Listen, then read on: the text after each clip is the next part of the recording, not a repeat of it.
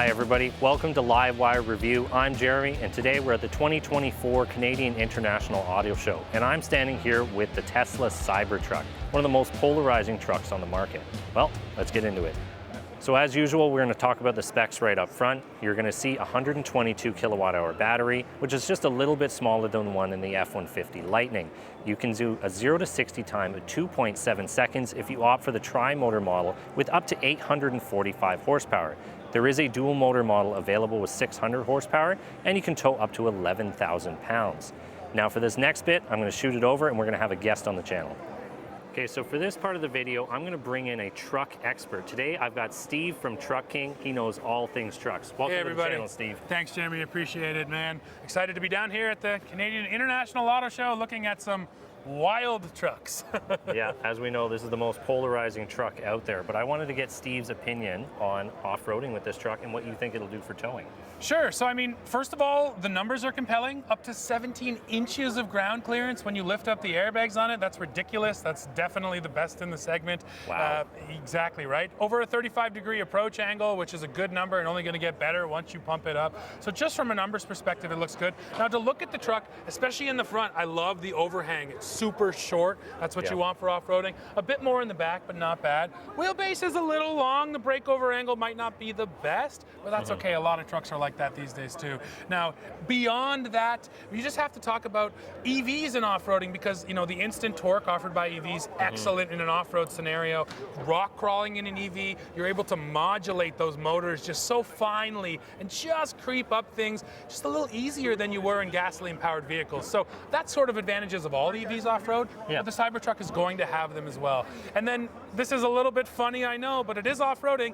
Elon Musk said that it could temporarily serve as a boat. Now, I'm not sure how true a boat is, but fording some deep water, it's probably going to do a dang good job because it's so well sealed up. So, exciting for the off-road world for sure. Yeah, I heard they're going to use pressurizing the battery in order to make it wade through water, which I think is pretty neat technology. Smart. And they're going to offer locking differentials soon through a software update.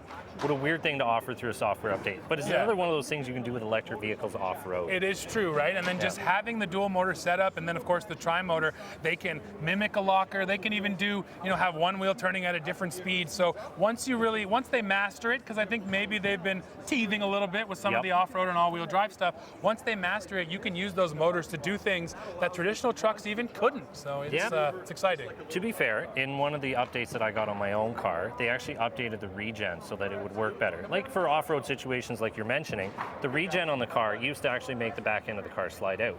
So with programming updates, they added ABS functionality to the regen. So I believe they'll be able to do that with this truck too. Yeah, that is really cool stuff. And again, it's a brave new world, right? It's not just updates to, oh, my software is different now, a different color on my screen. It's my vehicle drives different thanks to the updates. That's because the whole car is software driven. Very true, man. So yeah, Cybertruck's exciting. And then of course the tow rating, 11,000 pounds, a little bit north of that, I think. That's a great number to have. Again, in this segment, absolutely competitive.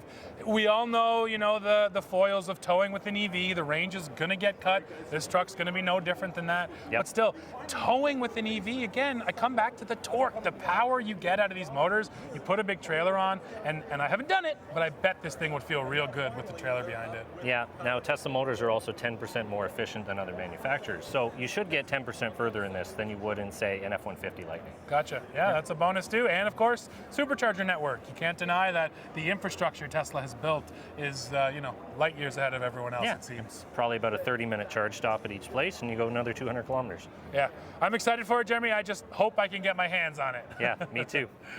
Okay, so we're coming to the end of this video, and I did forget to mention the ranges, so I'm just going to talk about them now. I estimate this vehicle is going to go about 320 miles on a charge, or 515 kilometers. Now you notice that's very similar to the F-150 Lightning, but that's just because the motors are about 10% more efficient than that vehicle. And one of the neat use cases I can see for this truck is contractors or businesses. You can plaster your name across the whole truck, you can hand the keys off to anybody, and the charging network is so easy to use.